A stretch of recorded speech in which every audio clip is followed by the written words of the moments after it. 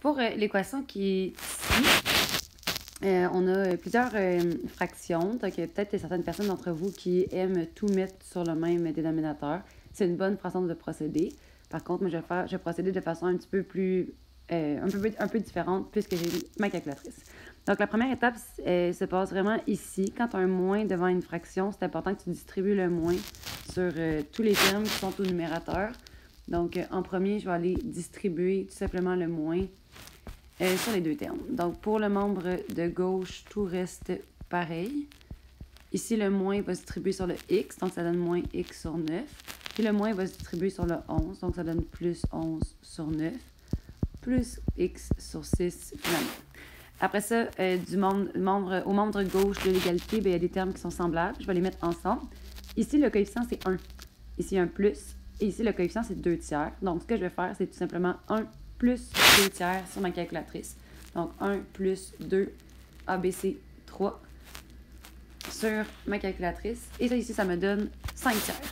Donc, ça me donne 5x sur 3, qui est égal. Après ça, sur le membre de droite de l'égalité, j'ai le moins x sur 9 qui va aller avec le x sur 6. C'est des termes qui sont semblables. Ici, le coefficient, c'est moins 1 neuvième plus 1 sixième. Donc, je pitonne sur ma calculatrice, moins 1 ABC 9 plus 1 ABC 6. Et ça me donne 1 18e. Donc, ça me donne x sur 18. Vous auriez le droit, guys, d'écrire, si vous voulez, là, un x sur 18. Mais c'est pas nécessaire. Et après ça, plus 11 sur 9. Après ça, du membre de gauche de l'égalité, j'ai plus de termes semblables. Du membre de droite de l'égalité non plus, j'ai plus de termes semblables. Donc, je suis rendue à aller isoler mon x.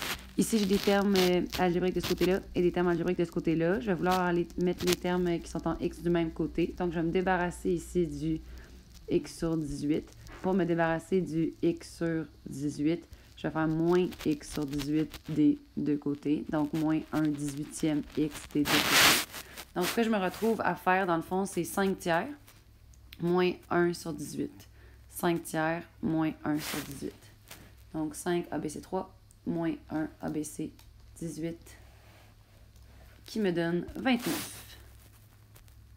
X sur 18 qui est égal à 11 sur 9. À partir de là, dans le fond, mon x est de ce côté-là, mais il est multiplié par 19 et il est divisé par 18. Je vais vouloir me débarrasser de ces deux choses-là.